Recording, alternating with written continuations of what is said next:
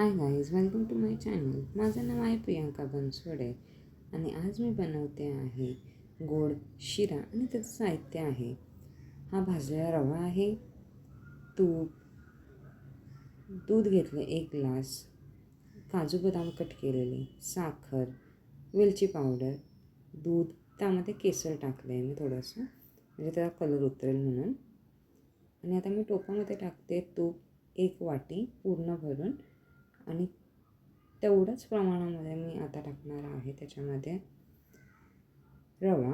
आणि हा रवा भाजलेला आहे, मी आधीच भाजून ठेवला होता तोच आता मी वापरते. आणि आता ह्या तुपामध्ये मी थोडंसं त्याला परत भाजणार आहे.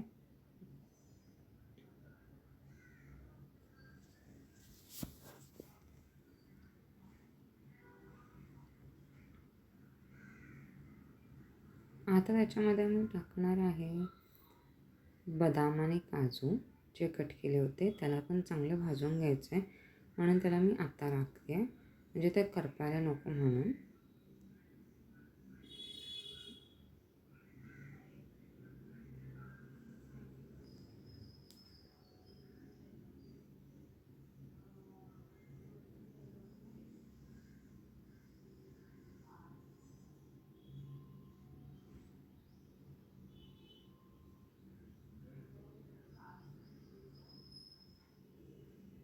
त्याचा कलर गोल्डन ब्राऊन झाला पाहिजे, मी तेच चेक करते.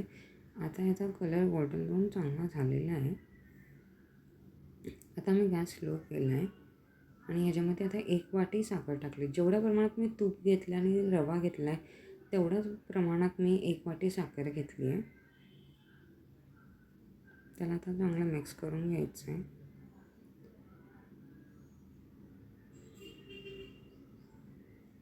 आणि आता ह्याच्यामध्ये दूध टाकताना जरा जपून टाका, कारण दूध उडताना गरम दूध टाकायचं आहे.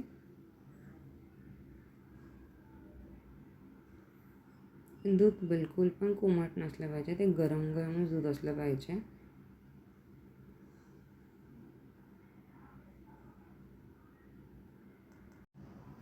आता ह्याला मी मिक्स करून घेते चांगलं.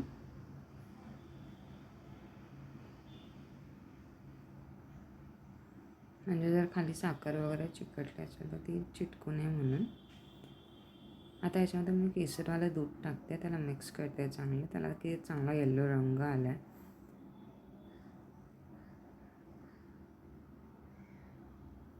आता त्याला चांगलं मिक्स करून घ्यायचं आहे.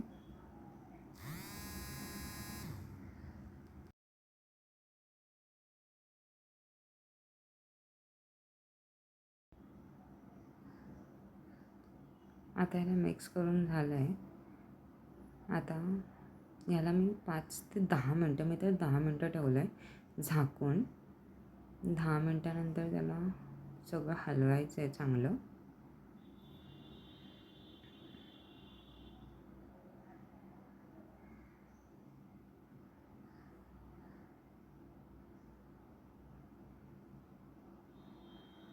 ते हलवून झालं की मस्त त्याच्यामध्ये ना 1 चम्मच भर वेलची पूड टाकायची. त्या वेलचीमुळे त्याचा स्मेल एकदम मस्त येतो आणि ते खायला पण मस्त लागतं त्यामुळे.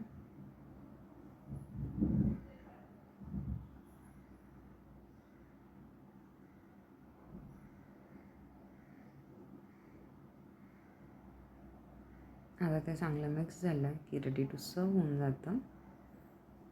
जसं आता मी चांगलं मिक्स करून लगेच सर्व करायला घेते.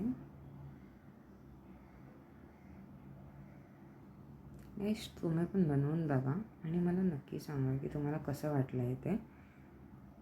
आमच्या घरी असा शिरा बनतो, तुमच्या घरी कसं बनतं ते मला जर तुम्ही कमेंटमध्ये सांगितलं तर मला आवडेल.